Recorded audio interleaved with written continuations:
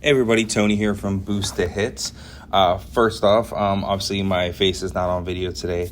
Had some slight issues. I'll be honest, I got a ton of acne, so I just don't want to get on camera. But hey, today we have an awesome video I want to talk about. One thing I love more than anything else is Cygnar, right? And I absolutely love the concept of trenchers.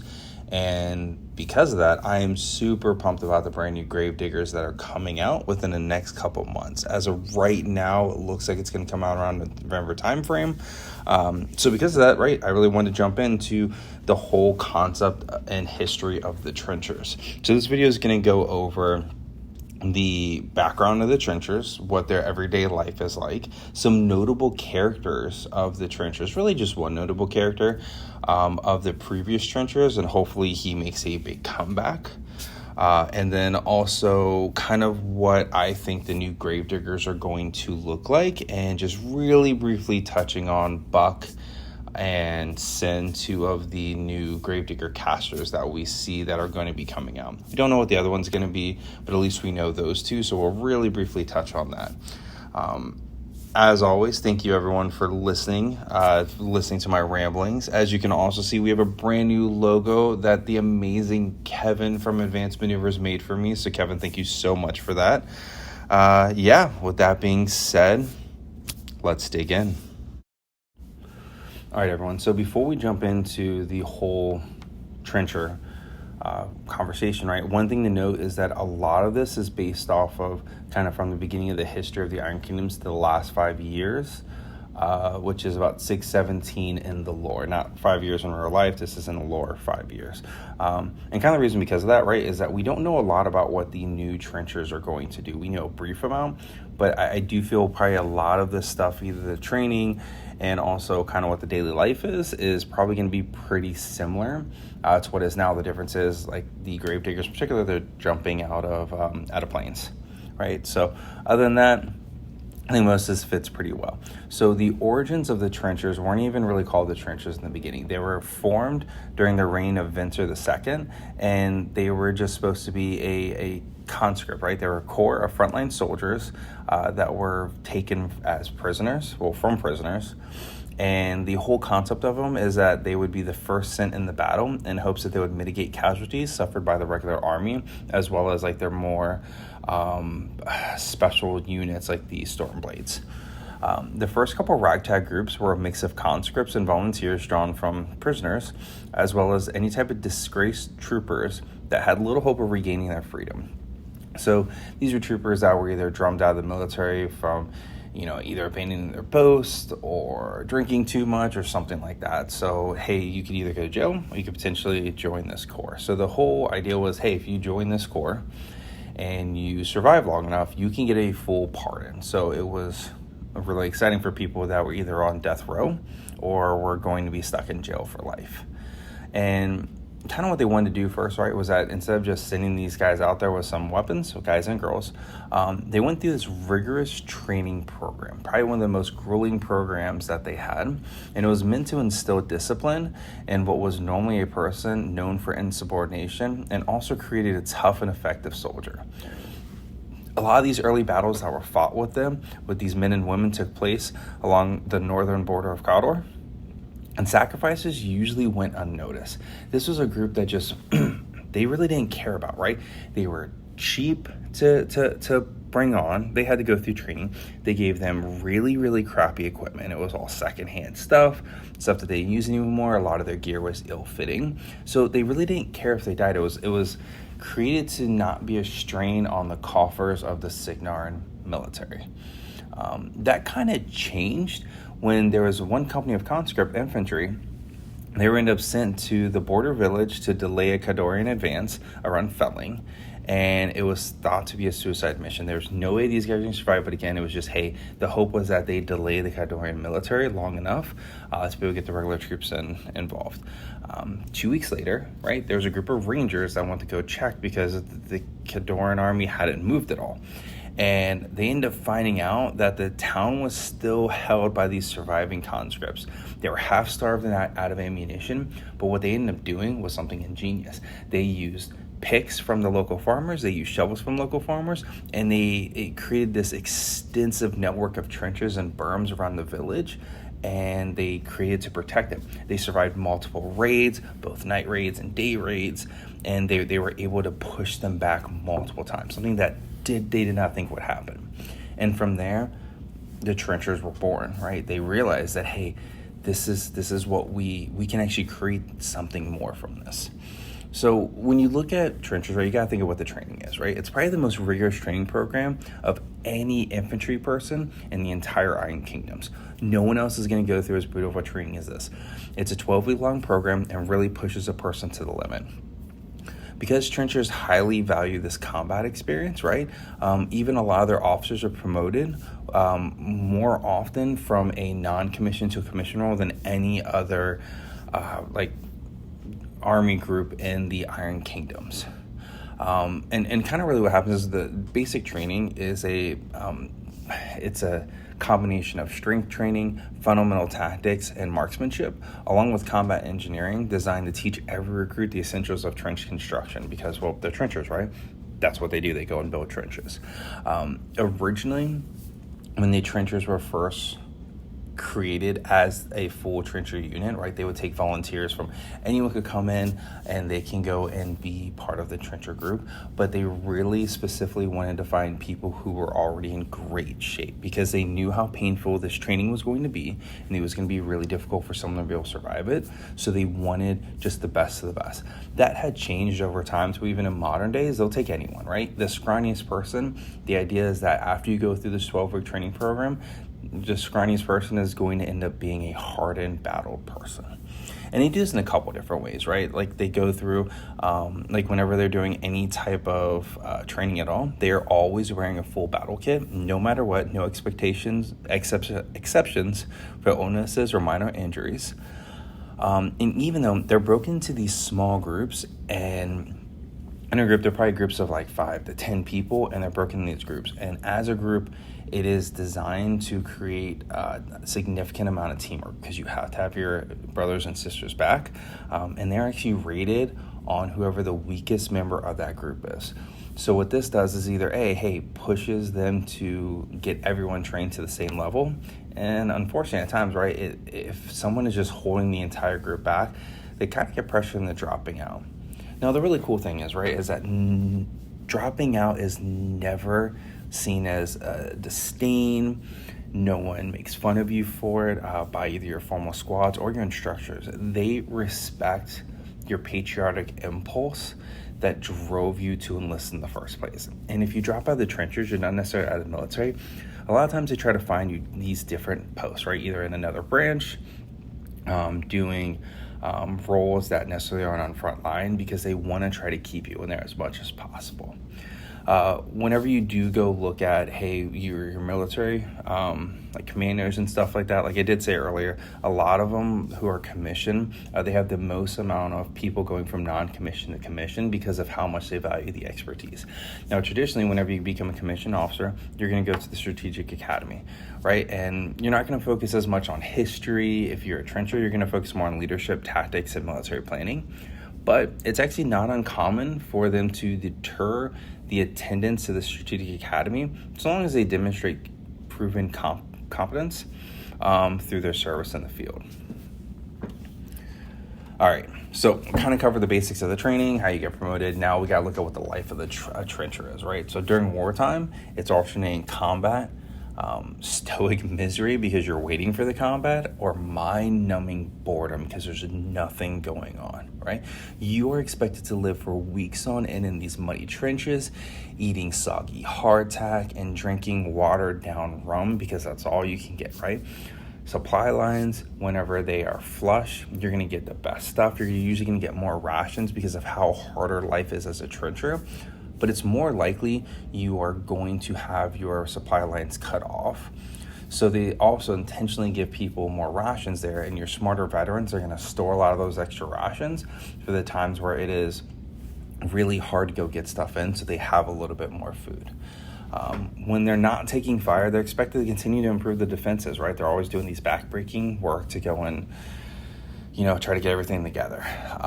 Usually your sleep is, you're only sleeping at about 4 hours at a time, because you're just not, you got to get these rotations in. And then whenever you wake up, you shove your food down really quick, drink your coffee, maybe drink a little bit of rum, who knows, and you get to work. Leaders of the trencher networks will try to rotate them out of frontline duty due to just the effect it has on an individual. But sometimes you fortunately just cannot be rotated. And one group we're going to talk about, the grave diggers, right? The 95th trencher company, they actually never expect to be reprieved, right? The only way that they're going to get a reprieve from the line of duty is if they take a bullet and they're carried out on a stretcher, which hopefully, that bullet is non-life-threatening. They come back and keep fighting.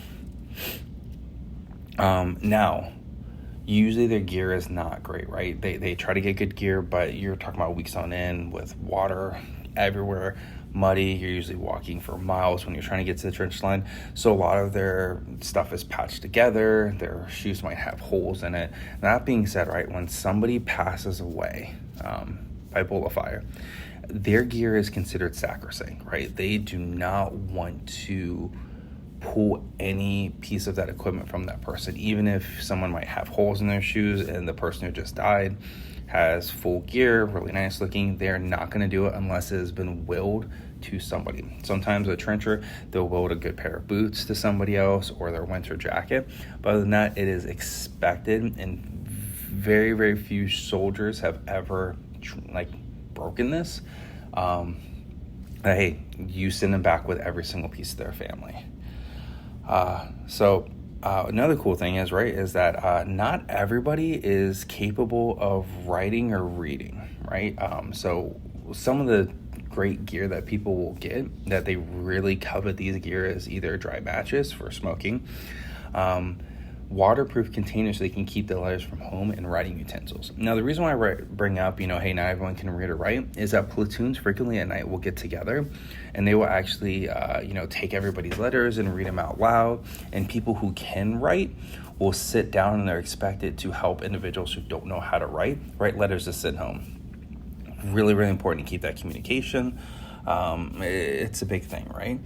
Now, a lot of these trenches, right, as they're moving forward, they're leaving these for other companies to set up. They might even be set up as a command base. So a lot of the trenchers, whenever they're leaving, they'll either leave some graffiti mocking some of the other groups, or they do some pranks, right? They'll put some gas bombs that won't explode, but whenever you open up a latrine, gas will come out and it'll freak people out. Now, this should be frowned upon, but a lot of really experienced commanders understand that this is necessary for them to have some humor from everything that they're going through. So most of the time they actually overlook it. Last thing is, right, is whenever somebody passes, hopefully they pass from old age, but if not, it is a tradition among many of the trenchers that for a vet's former unit to dig their own grave, and often with the individual shovel. So they will use that shovel to dig the grave. All right, now I want to talk about the grave diggers, right? Grave diggers are probably the most famous trencher unit, which is super exciting that they're going to get their whole little army, right? So the grave diggers are also known as the 95th Trencher Company.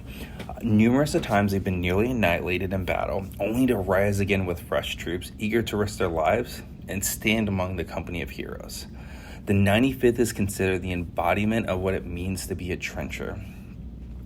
They were first created in the first Thornwood War. The company fought as a pair of a regiment that enforced Colonel Cathmore forces after this heroic death that he had in the Battle of the Tongue.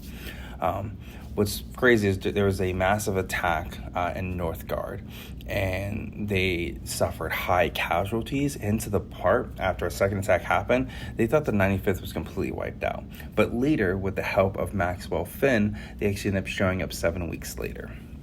And I do want to talk about probably one of the most famous individuals of the 95th Trencher Company, and that is Maxwell Finn.